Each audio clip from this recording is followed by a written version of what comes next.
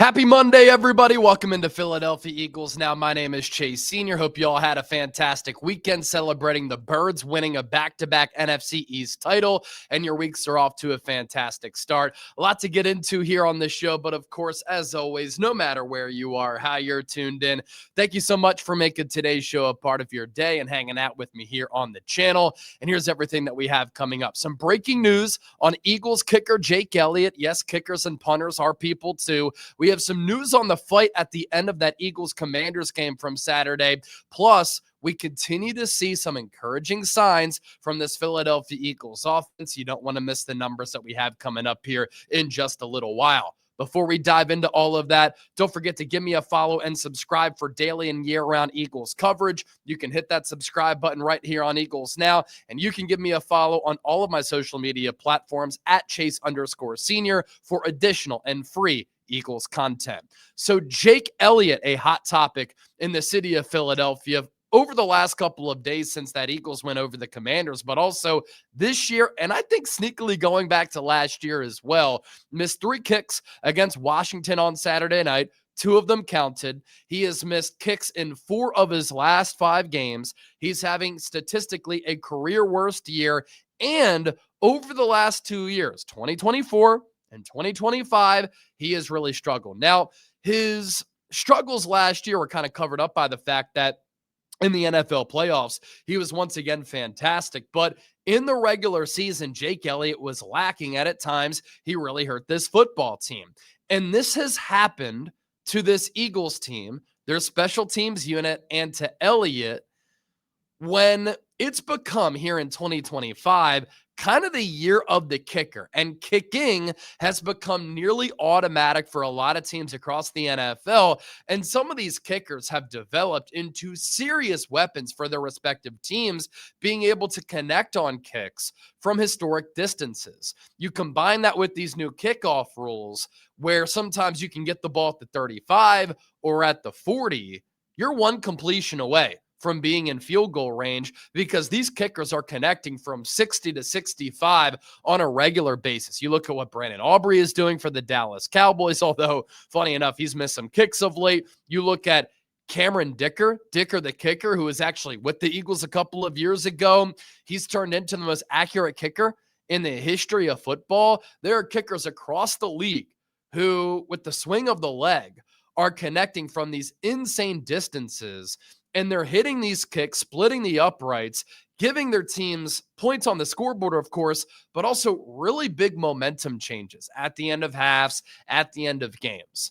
And what I'm talking about here, it's not taking anything away from what Jake Elliott has done in his career with the Eagles. I mean, myself, all of you as Eagles fans, we are very thankful for what Jake Elliott has done in his kicking career with the Birds.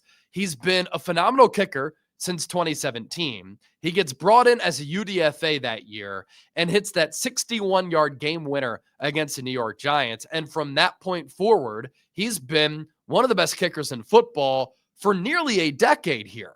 I think it's safe to say, too, he's the best kicker in franchise history, just ahead of David Akers, who leads the organization in points all time.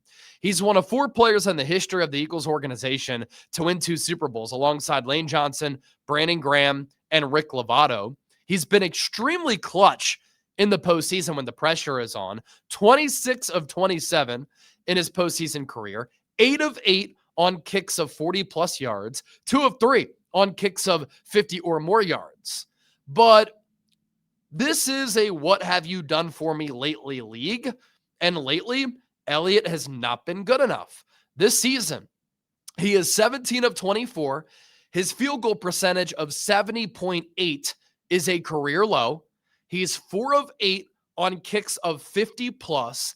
And in the last 2 years, when you see kickers league-wide blasting kicks and connecting from 50 and 60 or more yards, Jake Elliott, the last 2 seasons, 2024 and 2025, from 50-plus, is 5 of 15. And especially this year, he's really been killing the Eagles in certain situations. Now, at times at the end of halves, I don't know if Nick Sirianni has been flawless with his game management, But when Jake Elliott's number has been called and he's been asked to connect on these kicks at the end of quarters, at the end of halves, he's failed the Eagles. And he's really hurt the Birds. And so Nick Sirianni said after that Commanders game, I have the utmost confidence in Jake Elliott. He's done so many great things for our organization. And of course, Nick Sirianni was going to say that. What was he going to say after the game? We're going to find a new kicker? No. Well, today, doubling down on the fact that Jake Elliott is going to be this team's kicker moving forward. Jake Elliott, not going anywhere, according to Nick Sirianni. Sirianni even said, I still have confidence in Jake, and we're not going to bring in any kickers for competition this week. Now, if I was running things, I'd at least bring in some kickers to provide competition for Elliott, to at least push him a little bit and show him we're not messing around and your job might be on the line if you continue to miss kicks. But the Eagles aren't even doing that.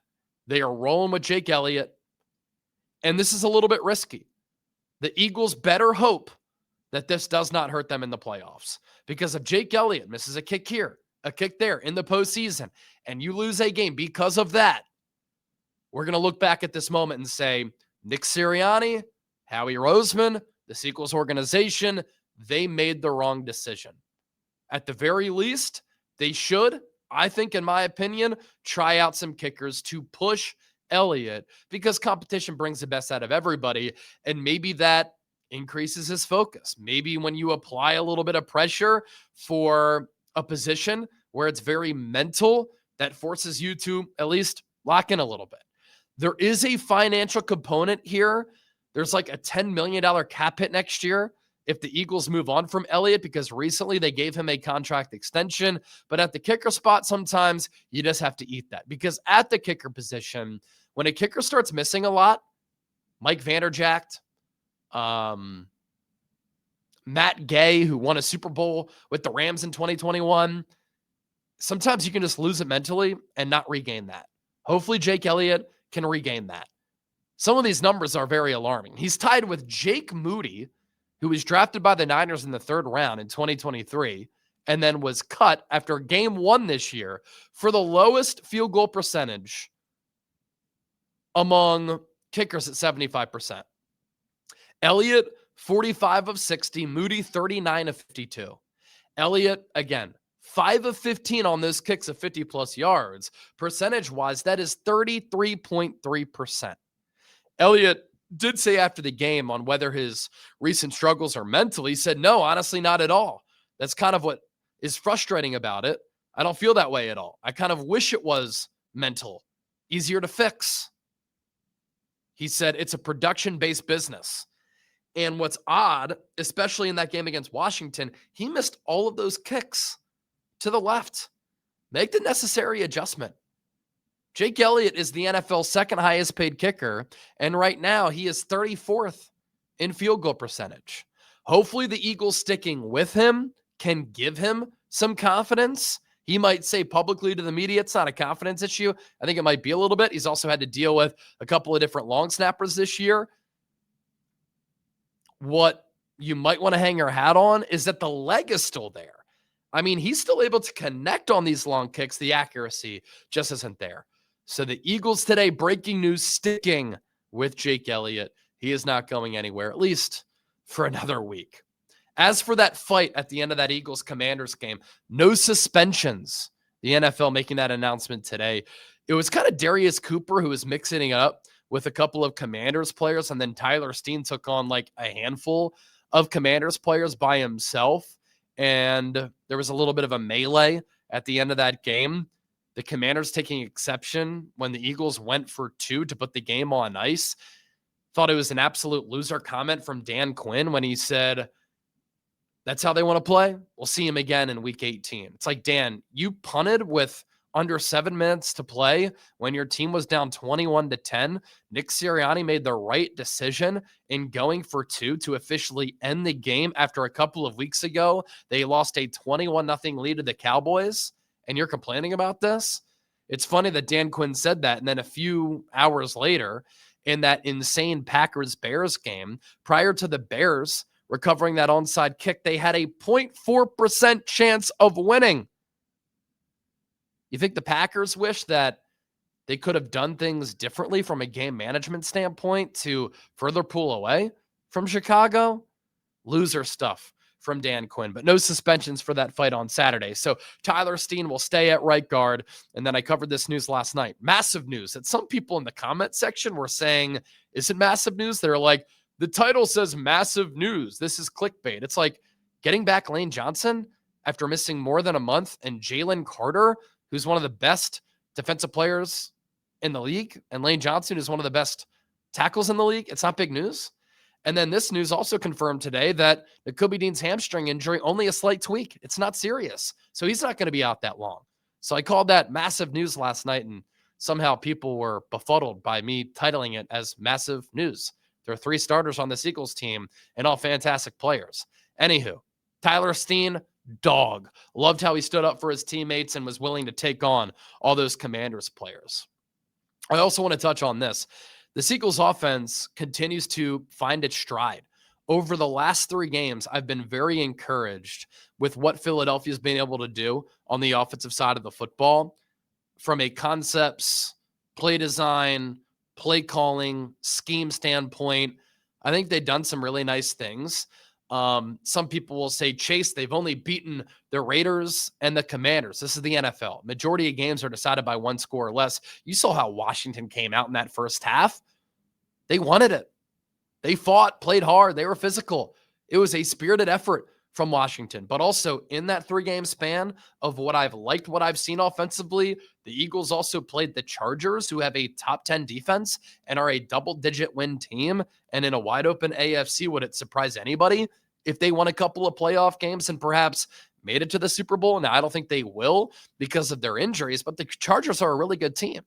And I know that Jalen Hurts turned it over 5 times in that game, but I like what the Eagles did there. And the Eagles now have 1,147 yards of offense in their last 3 games. They've really been moving the ball well. It's the highest total they've had over a 3-game stretch this year. They've gone over 100 rushing yards in 6 of the last 8 games. Saquon Barkley is over 1,000 rushing yards for the season. And Kevin Patullo has done a pretty damn nice job. And some of the in-depth things that the Eagles are doing offensively, I've been a fan of, like these numbers that we talked about going into the Washington game. Hurts in the shotgun this year, 5.4 yards per attempt, QBR 38.4. Hurts under center, yards per attempt 10.5, nearly doubles, QBR 60.8. And so I wanted to see more of that going into the Washington game. We continued to see iterations of Jalen Hurts being under center, opens up the pass game and the run game.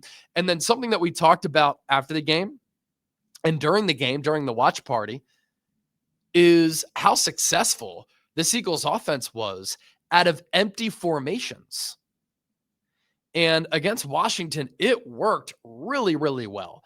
And you think about it from a game planning standpoint as we get closer to the playoffs, right? Other teams start to see on tape, shoot, Jalen Hurts using his legs more. The running game is getting better. Jalen Hurts is very efficient from under center. Now they're going empty. They're running some RPOs. A.J. Brown, over his last 5 games, has been on a heater. Dallas Goedert has 10 touchdowns. Devontae Smith is still one of the best wide receivers in the game. It makes this Eagles offense hard to defend and less predictable. And so you have the numbers from under center and shotgun for Hurts. He's been so efficient from under center. How about these numbers? Jalen Hurts out of empty this season, according to True Media, 51 of 70, 610 total yards, 107.7 passer rating. Over the last 2 games when the Eagles have gone empty, Hurts, 7 of 8, 152 total yards, 158.3. I want to see the Eagles keep this up. The other thing, too, that running plays out of empty does, it's opened up some of the design runs and some of the quarterback draws for Jalen Hurts. This is a math game, ladies and gentlemen. You spread it out, you go empty, and the defense can't load the box. So Hurts and Patullo have taken advantage of that by running some of these quarterback draws because the boxes are lighter, because the Eagles are forcing the defense to defend them from sideline to sideline. Really, really good stuff here. All right. Appreciate everybody for tuning in. Don't forget to hit that subscribe button. Going to go live for a normal live show on Wednesday, Christmas Eve. So be on the lookout for that. We'll continue to give you fantastic coverage every single day. And as always, thank you so much for supporting us right here on Philadelphia Eagles Now. Go Birds.